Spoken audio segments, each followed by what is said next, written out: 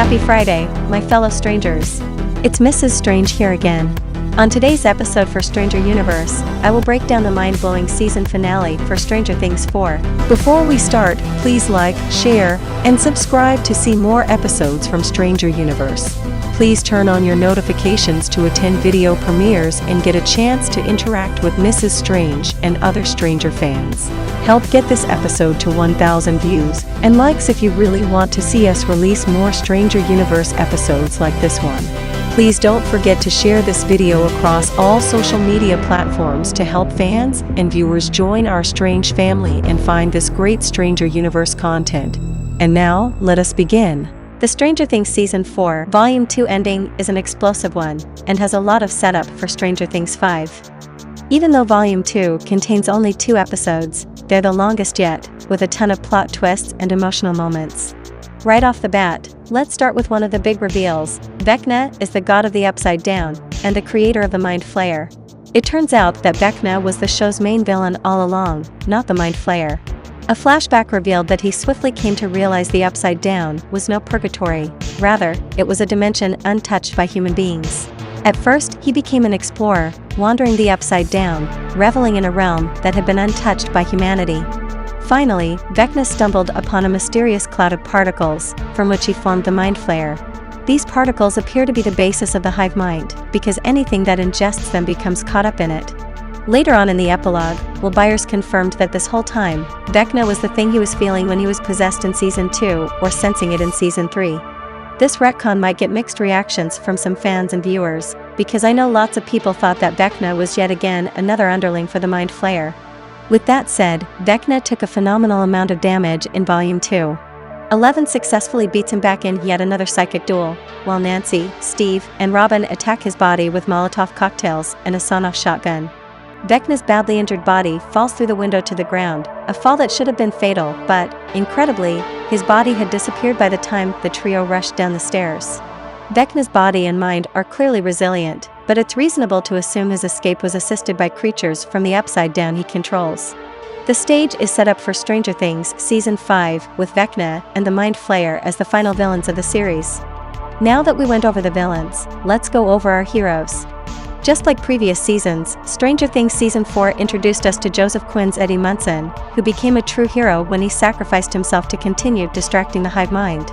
Eddie had always imagined himself as a hero in his Dungeons & Dragons campaigns, and he'd been dissatisfied with his actions over the course of the season, specifically, with his running away from the supernatural rather than daring to face it. Inspired by Dustin and Steve in particular, he decided he'd choose to go out a hero.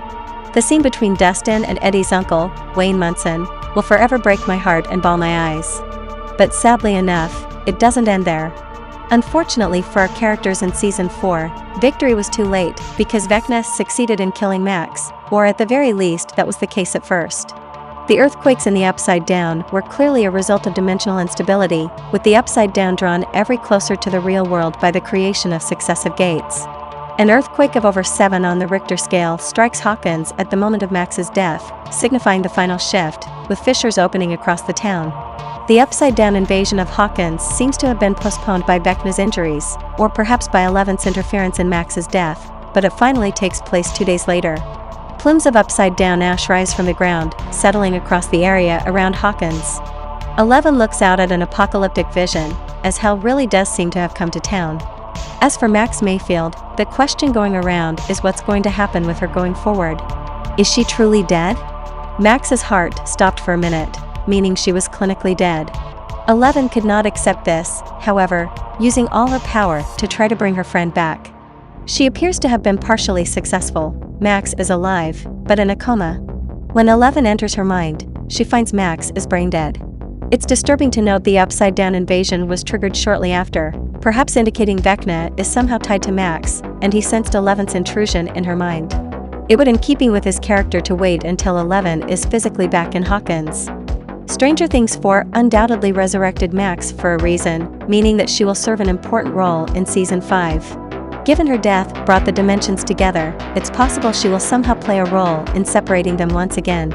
Stranger Things Season 4 marks a turning point for the entire Netflix TV series, with events moving to a scale never seen before.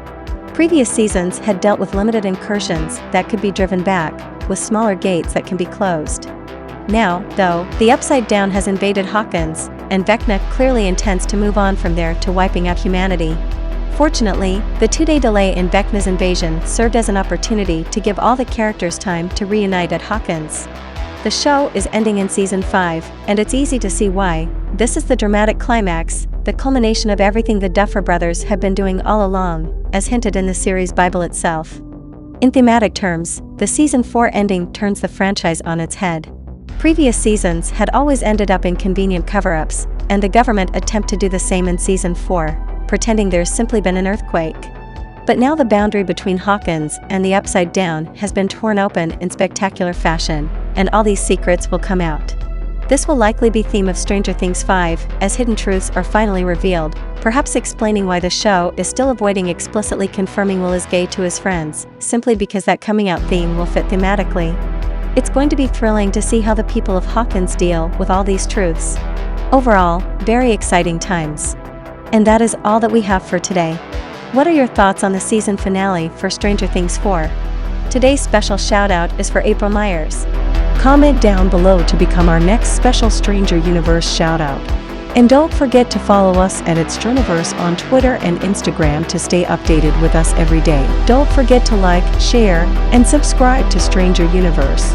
Please turn on notifications to never miss another Stranger Universe episode again. Help get this video to 1,000 views and likes if you really want to see us release more Stranger Universe episodes like this one. Don't forget to share this video across all social media platforms to help fans and viewers join our strange family and find this great Stranger Universe content. This episode was brought to you by Mrs. Strange, and this is Stranger Universe.